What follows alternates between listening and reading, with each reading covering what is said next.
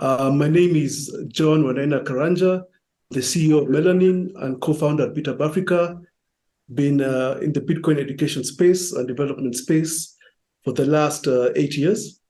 And with me, I have an old friend, Tom, who is a well-known educator and innovator in the space, as well as an author. And I'm happy to say about 5 years ago, I was privileged to be in one of his programming Bitcoin classes, which was quite an interesting experience for me in, I believe it was Tampa, Florida. So I'm very excited to have him here today to discuss one of my favorite topics, which is Bitcoin and innovation, and just see what he's been up to. So welcome, Jimmy Karibu, in the spirit of Black Blockchain Summit. Feel free to introduce yourself to people who may be new in the space and tell us about what you do currently. Sure. So first of all, John, thank you for the introduction that you've given me. One thing he left out about his trip to Tampa was that he traveled something like 40 hours to get to Tampa to take my class, which for me really touched me because I knew this man really wanted to know the technical stuff about Bitcoin when he took my class. And he had the commitment to travel for 40 hours to come and take the class. Anyway, as he mentioned, I'm a Bitcoin educator. I'm an entrepreneur. I'm a speaker. I'm an author. I do a lot of different things. And I don't really fit into a traditional bucket. I'm not like an accountant for a big five firm or something like that. I do a lot of different things, and I make money doing a lot of different things. And I think that's sort of the natural state of things. It's just that the fiat economy sort of like herds you into particular roles, or whether your personality and skills fit them or not. And it's an unfortunate side effect of a lot of the fiat systems that are around the world today. And it's a little bit unfortunate, but that's how it is. But that's who I am. And I'm glad to be speaking here again. I did speak once before at the Black Blockchain Summit, I believe was like 3 or 4 years ago. And I love that you guys have this community and that you're pushing it forward. Great. Thank you, Jimmy. So you've been there pretty much from the beginning in the Bitcoin space. And it's now 13 years since Satoshi wrote the white paper and launched the initial client for Bitcoin. So what can you say about the progress or the development of Bitcoin during these past 13 years, the challenges and opportunities that you see from where you sit? Yeah, so the main things around Bitcoin that have been developed over, I guess, the last 14 years now, it's kind of crazy. It was January of 2009. It's 14 and a half years. We're getting to the 15th anniversary of the white paper release in October this year, which is absolutely crazy to think about. That's how long Bitcoin's been around. Bitcoin has, I think, been very particular about the advancements that it's been making. Largely, it's around security and verifiability, I would say. So Bitcoin prioritizes making sure that any user can run a node and verify everything for themselves. Because if you're not running your own node, you're not really verifying things yourself. You're trusting somebody else to verify for you, whether if you're using a block explorer or using an API or something like that, you're essentially trusting somebody else. But if you're running your own node, then you know exactly what the entire data of Bitcoin, the entire history of Bitcoin, if you're running an archival node, is. And that ability to verify is so important that we've made all kinds of optimizations in Bitcoin for that. So, for example, at the very beginning, there wasn't this idea of a UTXO set that was cached. What's the UTXO set? This is all of the Bitcoin that is available to be spent at any moment. So this is sort of like the money, the open spendable sort of transaction outputs on the Bitcoin ledger. And if you sum all of the UTXOs up, that's Bitcoin.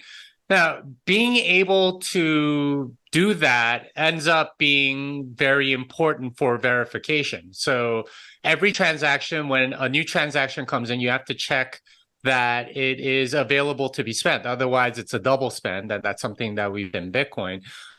And the ability to check that this output is being spent correctly, that is, it is fulfilling the terms of the smart contract.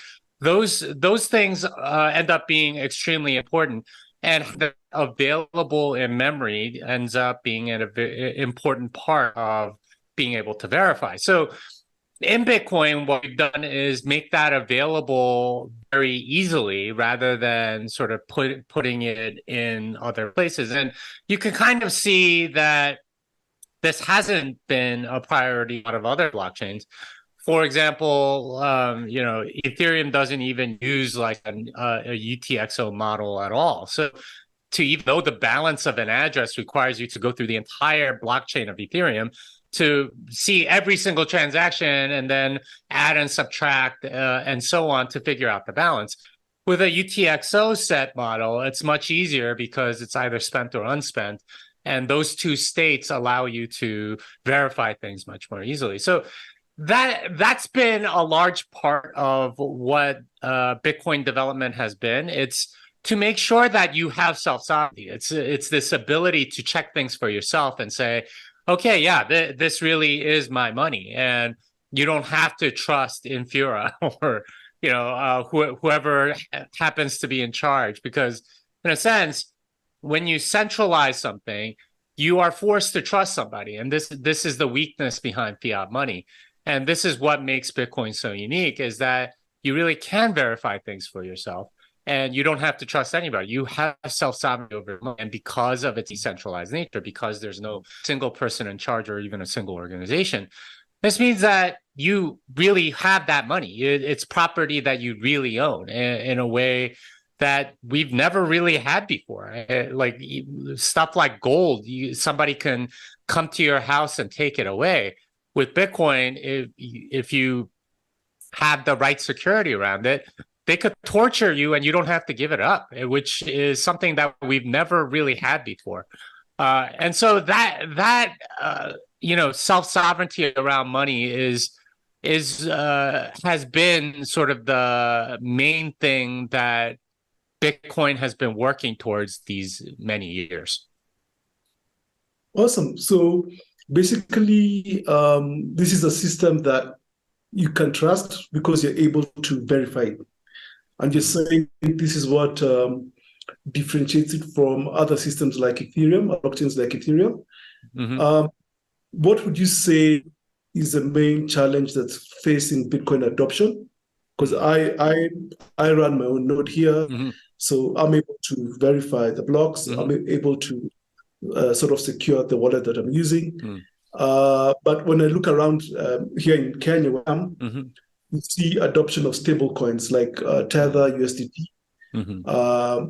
Happening faster than Bitcoin. Mm. So why would that be the case? What are the challenges that you're seeing in terms of growth and adoption?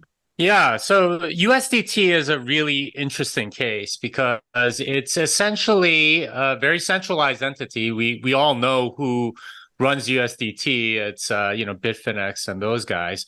And they have a bank account, but what they've done is essentially make dollars digital and make it available to people that don't have bank accounts, which honestly does add some value, right? Like your ability to have to not have to carry around cash and buy goods online with this stuff is very important in countries where credit cards are not that common. Maybe you have mobile payments or something like that, but they're not denominated in the dollar. They're in some other currency and so on. This can be very useful. So for a lot of people, I can see the appeal of the dollar because certainly against, the Nigerian naira or the Turkish lira or something like that, the dollar is more stable. And the dollar also has a much longer history. Since World War II, it's been the global reserve currency. So you're fighting against something like 80 years of history, in the dollar, whereas Bitcoin, as we just discussed, has 14, 15 years of history. It's 1/6 of that, the length of the other thing. So it's not a surprise that people trust the dollar more because they've grown up with it, they've seen it. I think what's preventing adoption isn't some technical feature or some great argument or some service that isn't there yet. It's just time. Anything new takes some time for adoption, and that's the main thing about it. And it's somewhat frustrating for people like you and me who are Bitcoin advocates because we want people to adopt it. We see this awesome thing, but people have their own sort of like values and evaluations, and a lot of that depends on time. John, you and I are, tend to be kind of early adopters, aren't we? Right? Like we're technologists, we're in code all the time and stuff like that. But what we have to recognize is that the rest of the world isn't necessarily like that. In fact, most of the world are not early adopters by definition, and in almost every country that I visited, the early people in Bitcoin tend to be of a particular personality where they like trying new things, they like exploring stuff and so on, and it's not too hard to get them to adopt it. It's much harder the masses who aren't necessarily into really adopting things that need some more evidence and more time. Is this thing going to stick around? You remember many technologies that were supposedly revolutionary, but didn't really take off. I remember like back in the early 2000s, you had these like mobile PDAs, right? Like more phones have taken over that functionality, but at the time it was all the early adopters had a PDA and that was their thing, and that sort of went away. So for most people, they kind of view it like that. Hey, like, is this a PDA or is this something that I need to pay attention to? But time tells all things. So you wait enough time, you get to the 20-year mark, and suddenly you have people that are 20 years old whose entire lives, they've seen Bitcoin around, and it's much easier for them to trust it. And when versus something like the dollar, where I'm expecting over the next 5 or 6 years like significant inflation to happen. And they see their tether even less at the market, that they're going to start looking at Bitcoin. And bull runs are usually when people come into Bitcoin because of greed and many other reasons. But eventually, people will get it. It's just a matter of time. It's not. There's no magic bullet, right? So, hey, if you say these things to these people, then they're suddenly going to get it. It takes time, it takes effort, it takes study, it takes oftentimes many years, right? I told my parents about Bitcoin back in 2013, 10 years ago. I told them about Bitcoin was around $80. I told them, just put just a little bit of money into this. I'm begging you, just put a little bit. Here's video in Korean, right? Like just go watch this, and they watched it, they didn't understand it, they didn't buy any. And it took until 2016 for my dad and 2018 for my mom to finally buy some because, like they didn't understand it, even with their son who's like been begging them to go buy some for a long time. It took them that long. So I think that's sort of like the strategy that you have to have if you want to convince someone. It's going to take many years. And you just have to be there when they're ready. And they don't operate on your timeline, they operate on theirs, and you just sort of have to be patient that way. Yeah, very true, very true. Because I remember, going around with my co-founder across Africa, starting 2014, telling people about Bitcoin. it's an important thing. And during the following years, I realized a lot of people bought Bitcoin, put it in wallets, forgot about the wallets, or forgot the wallet passwords. So what I've seen is people being unable to manage their Bitcoin, including myself. I've lost Bitcoin on paper wallets, so it took me learning through painful examples how you need to take charge of your own money. So how are you seeing the user interfaces or the user experience evolving, improving over time? And when do you think the user experience will be ready for, say, your mom or your parents, the average person in the street? Yeah, it's interesting the way you frame it, that it's user experience. I tend to think that at least part of it that we're not used to this much responsibility over our own money. I think in Africa it might be a little bit different because you do have to like carry cash around, and if you have I don't know $500 in your house, you know how to secure it. You know how you need to how to make sure that no one's gonna come and like steal it or something like that. Yeah. But at least in the US and stuff, it's a little bit more like, okay, well, the bank will take care of it. If I lose my credit card, I could call them. There's always sort of like fallbacks and safety nets for almost everything. So for a lot of those people, it's very difficult to take charge of your own stuff. They're not used to it. They're not mentally fit for it. In fact, like the entire fiat system makes it so that you're not really responsible, that you depend on they try to get you to depend on them, right? The government, and say, hey, you know what, you should trust us with this, or you should trust the bank with this, or you should trust these other people with this. And it's not something that most people are used to. So like I'm not sure a great user interface necessarily solves all of that, because people are always going to forget passwords. People are always going to misplace paper. They're gonna do a lot of other things like that. But what I see in the future is sort of like and this happens with you, John. Like, you're like sort of like a Bitcoin guru for a bunch of your friends and family, right? Like they come up to you and be like, okay, well, I want to secure this Bitcoin, but I don't trust myself. Can you hold it for me or something like that? And I end up being their bank, right? Like I actually have like a bank of song where like I hold money for my parents, for like my in-laws and my children and stuff like that. I don't necessarily think that's a bad thing, right? Like when you're trusting a bank, there's some distance between you and the bank. You don't know who works at the bank or anything like that.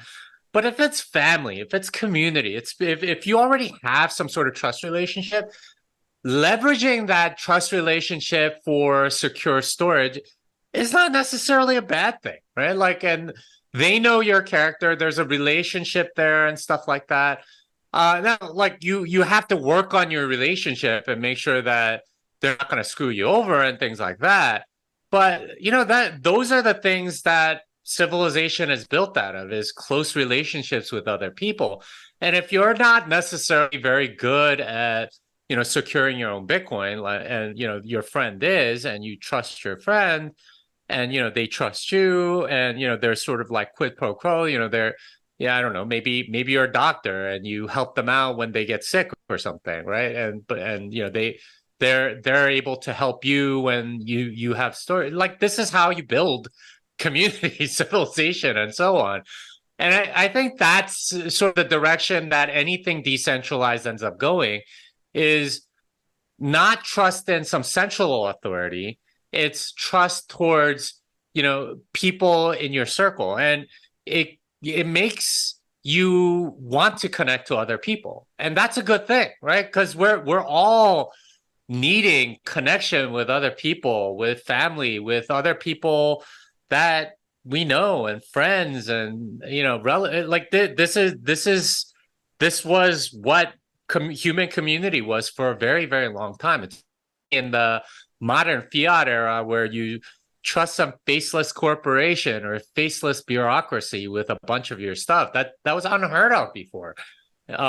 it's only and like going back to sort of the more traditional way of decentralized and trusting people with particular expertise, and maybe having known them for like 10 years and things like that. That's the way to do it. And I think ultimately it'll be more like that than every single person needs to know how to run a node and do multi-sig and do everything else. I mean, maybe some people will, but like I have trouble believing that everyone in the world is even capable of doing that. Like not everyone can, uh, do law stuff or medicine stuff. We have specializations for a reason. Yep. And that's the direction I think I see it going. Yeah, I think on this point, a few weeks back we had the WorldCoin guys in town, and there caused a huge commotion in Nairobi, where I am, the main city, that I think even made it to CoinDesk.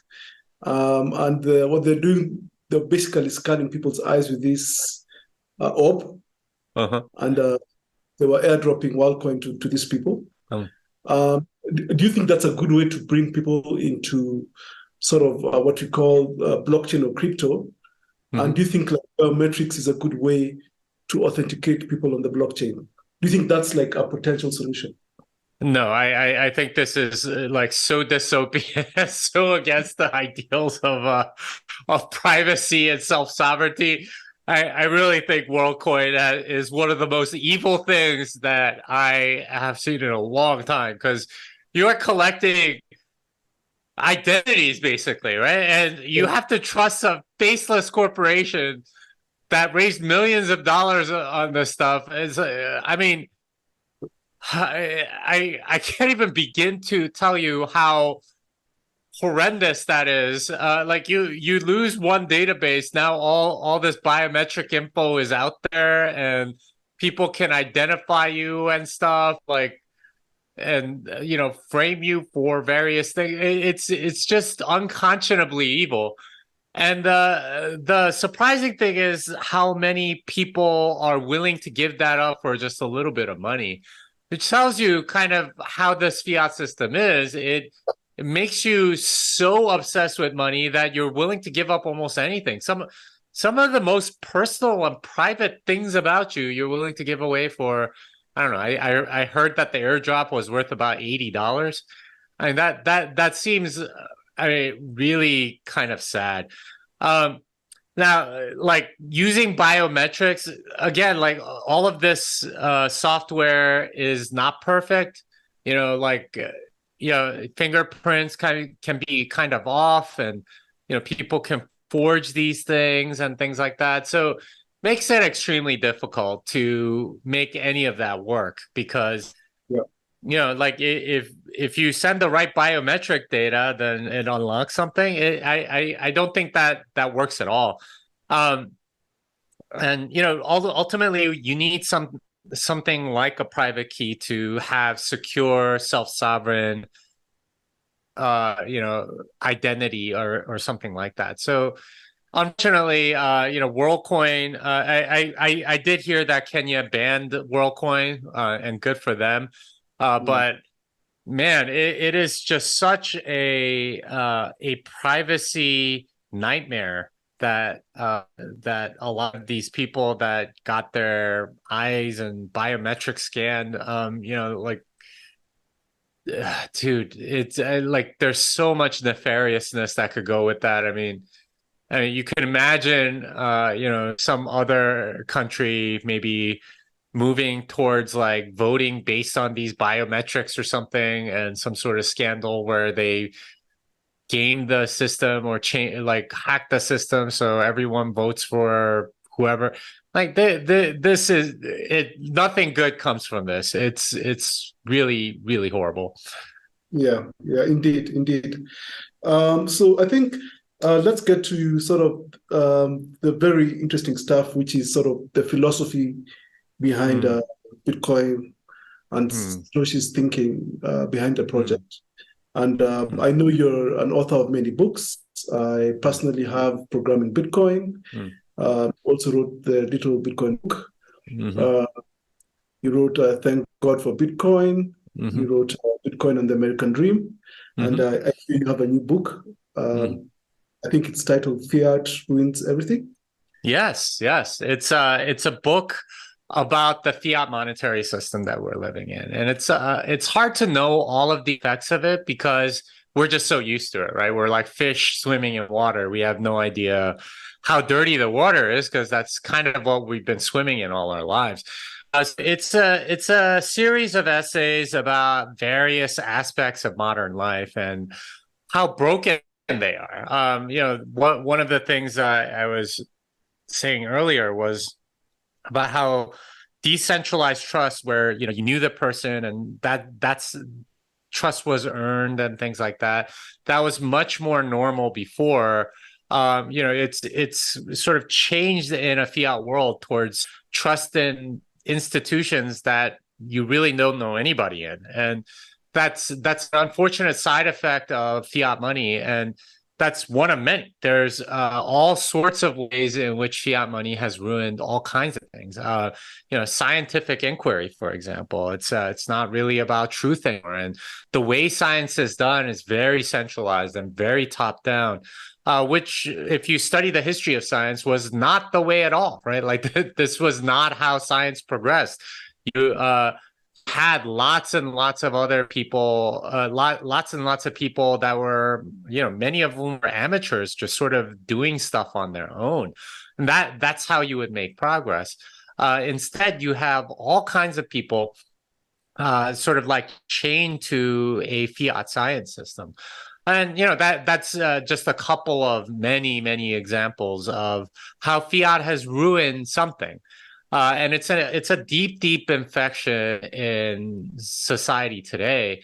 And one of the things that I think Bitcoin does is it sort of peels away this fiat layer a little bit, because once you remove some of these incentives of fiat money, you start doing things very differently. So if you have sound money, if you have self-sovereign money, if you are able to save, and if you are able to plan for the future, maybe you don't line up at the WorldCoin $80 airdrop for your biometric info because it's not worth it to you. You can make more money like going and creating value for somebody else instead of standing in line hoping to rent seek.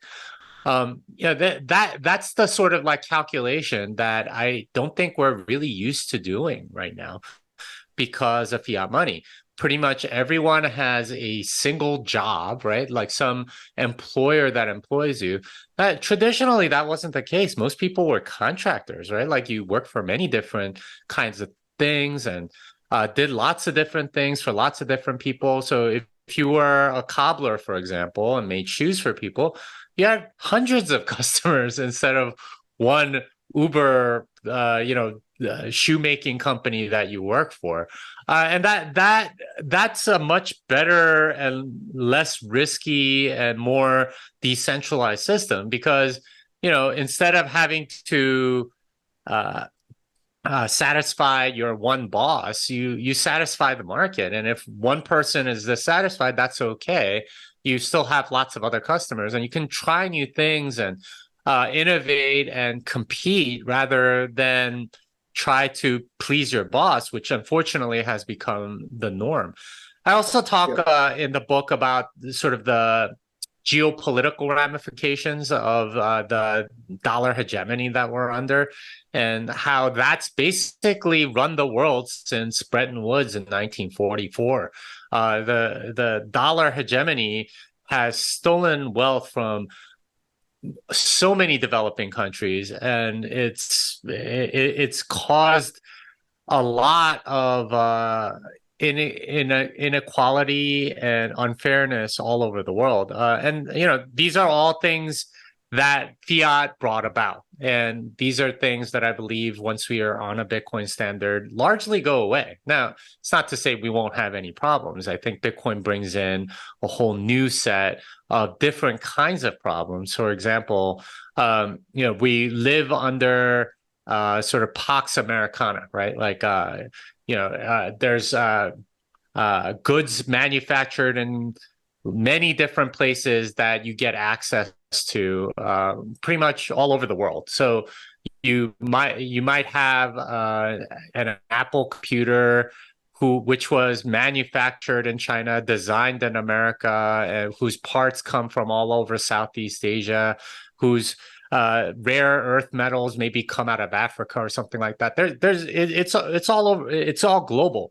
And that's possible because of Pax Americana, right? The dollar hegemony does produce some things. And the fact that these ships take, 2 weeks to travel and make it sub penny per part to transport is because of the peace that's there. If in any sort of wartime scenario, it does not cost fractions of a penny to transport chips all over the world. That's just never the case. But because of that, you get that. But that's one example of something where it might actually be kind of good. But in many other ways, it ruins so many things, including families, morals, beliefs, science, and charity, and all kinds of things. So that's what the book is about. Awesome. So you, with your books, you sort of connect the dots between sort of the political arena, as you've just explained, the economic arena, and the cultural, social, and religious arena. So why do you think Bitcoin is so powerful across all these arenas philosophically? And for example, myself, I come from a community called the Kikuyu community, based in Kenya. And we believe society stood on three pillars, which was the economic pillar, the social cultural pillar, and the political pillar. So are we going back to this traditional sort of indigenous setting? Yeah, I would say that more than Bitcoin is building these things, Bitcoin is destroying fiat money. And fiat money built all of these artificial systems that empower the people that are in control. So they are able to do taxation through inflation, stealth taxation, stealth theft, really. And they built up all of these systems, including these artificial things that we call countries in many ways. There's no real reason for them except for the economic. You have a common currency within certain borders, and that's the main benefit, which obviously gets superseded by Bitcoin. But fiat money creates all of these weird incentives that have changed the world from what it used to be, which was way more decentralized, to something that requires a lot of trust in centralized entities that don't deserve it. So yeah, I do think Bitcoin brings us back to, I think, smaller communities, communities that try different things and compete against each other to see, if they can attract the productive people around the world. And that's, I think, the natural state of the world. That was the case for a long time. And we'll see how that plays out exactly. But I believe that Bitcoin sort of ruins a lot of the fiat things that have been built up, and it's really sort of like washing the dirt off, more so than building something new.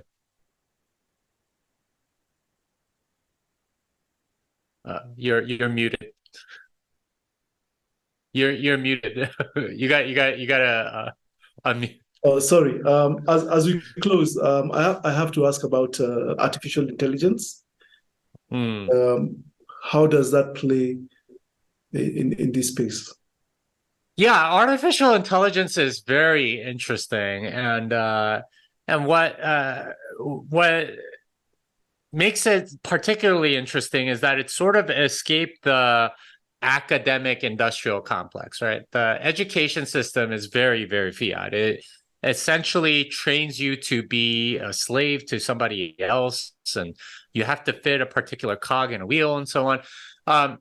But artificial intelligence has kind of escaped that realm, and you're seeing it sort of develop in a very decentralized way in real time. So there are literally hundreds of open source projects on AI at the moment, and they are progressing very, very quickly in ways that actual researchers were like, what? I can't believe that you can do this with so little training or things like that. And they're getting um, different aspects.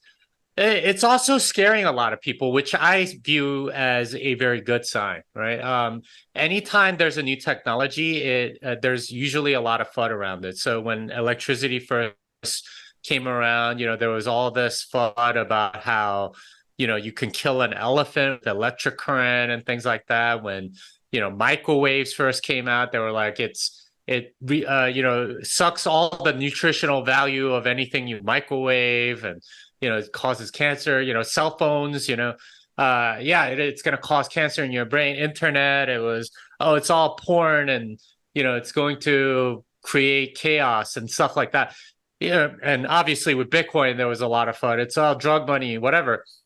So the fact that people are saying, oh, AI is going to dominate us and we're going to become slaves to robots or something, tells me that there's something good here. And it's not a hyped up fake technology like quantum computing or nanotech. It's something that's genuinely new.